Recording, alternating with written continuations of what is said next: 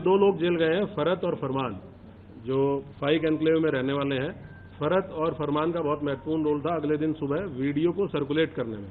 जो सुबह 10 बजे एक वीडियो सर्कुलेट की गई कि किसी भी प्रकार का कोई कार्यक्रम वापस नहीं किया गया है और पूर्व निर्धारित तरीके से कार्यक्रम होगा, इस वीडियो को बनाने में और उसको सर्कुलेट करने में और लोगों को फ़ोन कर करके व्हाट्सएप के माध्यम से ये अवगत कराने में कि भाई आपको इकट्ठा होना है। इसमें जो फरत नाम का व्यक्ति है जो जेल गया है, फाइक एनक्लेव का रहने वाला, और उसका लड़का फरमान, इन दोनों लोगों की बहुत महत्वपूर्ण भूमिका थी। ये ऑलरेडी जेल जा चुके हैं। ये बात भी इससे पूछताछ में हम लोगों के प्रकाश में आई है, जो और अभियुक्त पकड़े गए हैं उनसे प्रकाश में आई है और ये उनसे तस्दीक भी हुआ है।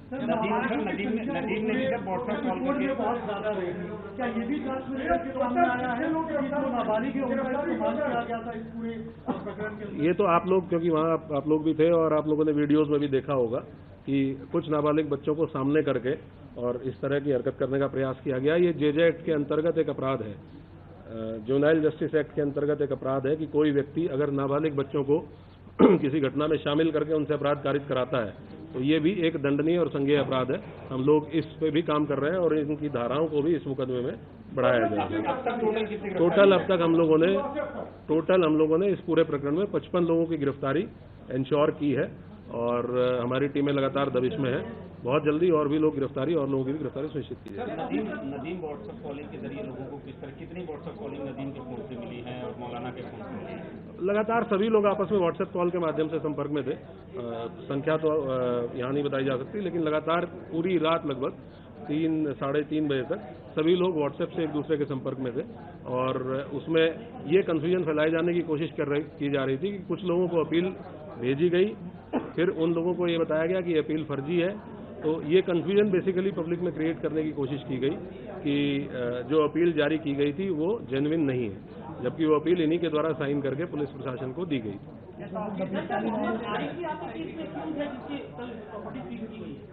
अभी इस नाम का कोई व्यक्ति हमारा नामजद अक्यूज नहीं है, ना ही इस नाम के किसी व्यक्ति को हम लोगों ने न्यायिक हिरासत में जेल भेजा है। बाकी जो अज्ञात व्यक्ति हैं उनके संबंध में पड़ताल और विवेचना हमारी की जाए।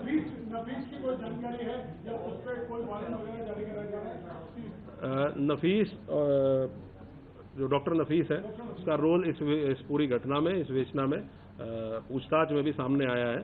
हम लोगों ने उसकी गिरफ्तारी के लिए टीमें गठित की हुई है। बहुत जल्दी उसकी गिरफ्तारी भी सुनिश्चित की जाएगी। आपने बताया था अवैध असला भी बरामद हुआ था, इतने सारे रिसोर्सेज को प्रोवाइड करने के लिए बैक कौन कर रहा था, इनकी फंडिंग कौन कर रहा था, इसकी क्या जांच आप लोग कर रहे हैं? ये हम लोग जितने भी अभियुक्त जिनसे पूछताछ की जा रही है और उसमें विशेषकर ऐसे लोग जो प्रमुख लोगों में से थे इस पूरे प्रोटेस्ट को ऑर्गेनाइज करने में, उनसे हम लोग पूछताछ कर रहे हैं। जैसे जैसे और लोग गिरफ्तार होंगे तो और बाकी चीजें भी क्लियर होंगी कि इसके संबंध में फाइनेंशियल ट्रांजैक्शन किसने की थी, अगर कोई रिसोर्सेज प्रोवाइड किए गए थे तो किसके द्वारा किए गए थे।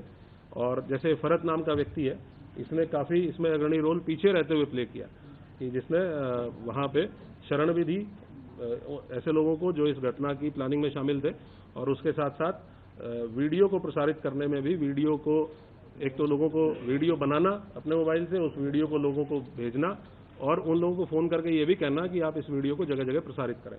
तो ये भी कल गिरफ्तार होकर चल गया।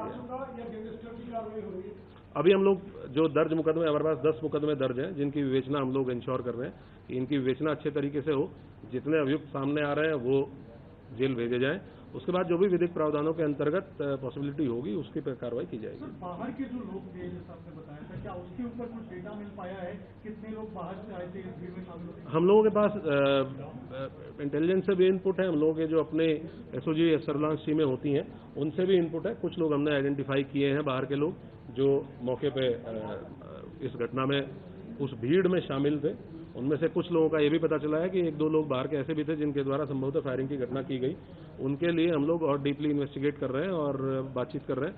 अगर दूसरे जनपद से भी सहायता की आवश्यकता होगी तो वहाँ की पुलिस से भी संपर्क करके उनकी भी सहायता लेके हम लोग इनको गिरफ्तार करेंगे। और कितना मोटा अमाउंट होगा लोगों का जो संख्या इकट्ठा होगी, तो कितने लोग थे? ऐसा कहा जा रहा है 40,000 लोग उनको इकट्ठा करने की बात कही गई। नहीं, क्योंकि कहीं एक पॉइंट पर तो इकट्ठा हो ही नहीं पाए।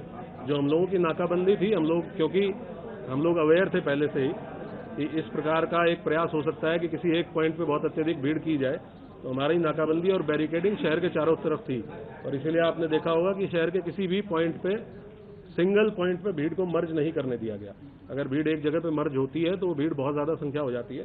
तो हमारे पास जो भी बैरिकेडिंग पे राजपत्रित अधिकारी जीओज लगे थे, उन्होंने अलग अलग पॉइंट्स पे रोका और इसीलिए 10 एफआईआर दर्ज हुई है कि अलग अलग 10 पॉइंट्स पे पुलिस के साथ पुलिस के ऊपर पथराव या सरकारी कार्य में बाधा डालने का काम किया गया, तो इसीलिए इन 10 पॉइंट्स पे एफआईआर हुई है। सिंगल पॉइंट कोई ऐसा नहीं था जहां पूरी भीड़ को मर्ज करने को अलाउ करने दिया गया, और हम लोगों को ये बिल्कुल हम लोग दृढ़ संकल्पित थे कि किसी भी कंडीशन में इस भीड़ को हम किसी सेंट्रल पॉइंट पे, चाहे वो इस्लामिया ग्राउंड हो चाहे कोई और अन्य पॉइंट हो, हम सेंट्रल पॉइंट पे इस भीड़ को नहीं पहुंचने देंगे। सर, क्या इन्वेस्टिगेशन में ये भी निकल के सामने है पुलिस को टारगेट किया गया था? पुलिस के जो लोग घायल हुए हैं, क्या किसी जो एफआईआर है उसमें इस बात का मेंशन है कि पुलिस के ऊपर जब पुलिस ने रोका था तो पुलिस को उन्होंने कहा था कि तुम लोग पीछे हट जाओ, ऑर्डर पहले बहुत बुरा होगा, तो क्या पुलिस को टारगेट करने का इन्होंने प्लान किया था?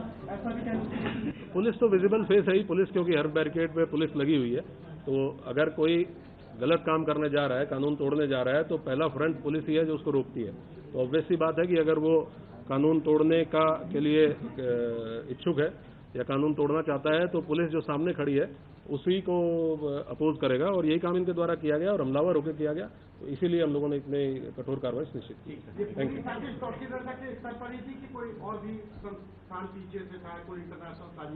जैसे मैंने आपको बताया कि एक ऑर्गेनाइजेशन के द्वारा एक कॉल दी गई थी, आईएमसी नाम के ऑर्गेनाइजेशन के द्वारा, जो कुछ लोग गिरफ्तार हुए हैं उसके पदाधिकारी हैं, कुछ और लोग हैं जिनकी गिरफ्तारी शेष है। हम लोग सभी को अकाउंट फोर करेंगे, और जो भी लोग इसमें शामिल थे, अगर कोई अन्य तथ्य प्रकाश में आएगा तो मैं आपके साथ शेयर करूंगा। पार्षद भी गिरफ्तार हुआ है? हाँ, एक अनीश सकलैनी पार्षद गिरफ्तार हुआ है, वो भी इनकी पार्टी का एक प्रमुख चेहरा था, अहम चेहरा था, और उसके द्वारा भी वो हम लोगों ने शेयर भी किया है कि उसके द्वारा भी रात के टाइम एक पर्ची सर्कुलेट की गई जिसमें लोगों से आह्वान किया गया कि अधिक से अधिक संख्या में इस्लामिया ग्राउंड पे पहुंचे। ये तो हम लोग इन्वेस्टिगेट करेंगे और इन्वेस्टिगेशन में जो भी आएगा आपके साथ शेयर करेंगे। टोटल आज 29 लोग हैं, 28 लोग टोटल गिरफ्तार किए गए। इसमें 15 है ना कोतवाली में, तो 14 सॉरी 14 एक 14 एक 15 है, बराबरी टोटल लिखा हुआ है। नहीं, कुछ अभियुक्त ऐसे हैं जो दोनों मुकदमों में कॉमन है, तो हो सकता है इस वजह से प्रेस नोट में, क्योंकि दोनों अलग अलग थानों के प्रेस नोट है, तो ये हो सकता है कि दोनों के प्रेस नोट में आ गए। टोटल 55 अभियुक्त गिरफ्तार किए गए। 28 टोटल 55 अभियुक्त गिरफ्तार हुए हैं। आज से पहले तक 27 और 28 अभियुक्त टोटल 55।